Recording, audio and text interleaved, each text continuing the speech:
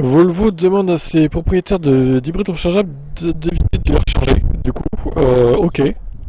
La marque de Göteborg a identifié un problème de fabrication sur des milliers de véhicules hybrides rechargeables. Le problème, un risque d'emballement thermique et donc d'incendie.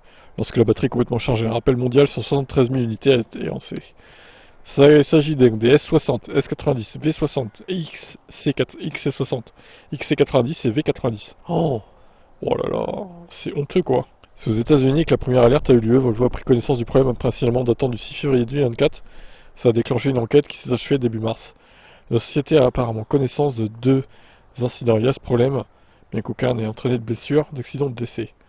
En conséquence, la NHTSA, donc aux États-Unis, a annoncé le 20 mars 2025 un rappel de 7483 hybrides rechargeables de Volvo, en raison d'une défaillance potentielle du système électrique. Quelques jours plus tard, donc, rappel mondial. Ça concerne donc les modèles qu'on a cités, fabriqués entre 2020 et 2022.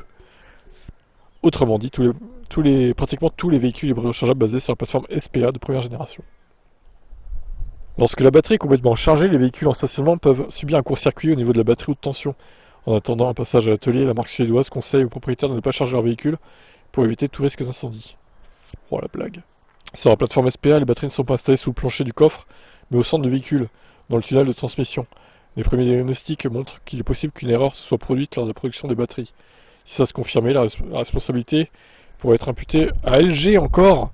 Encore eux.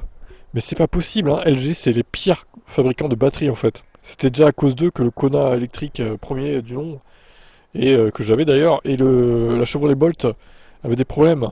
On n'en peut plus de cette marque LG là. N'achetez pas ça, hein. C'est vraiment de la merde en fait, hein. Lors de la maintenance, les batteries sont vérifiées pour détecter les cellules défectueuses. Si des dommages sont détectés, Volvo remplacera l'ensemble de la batterie.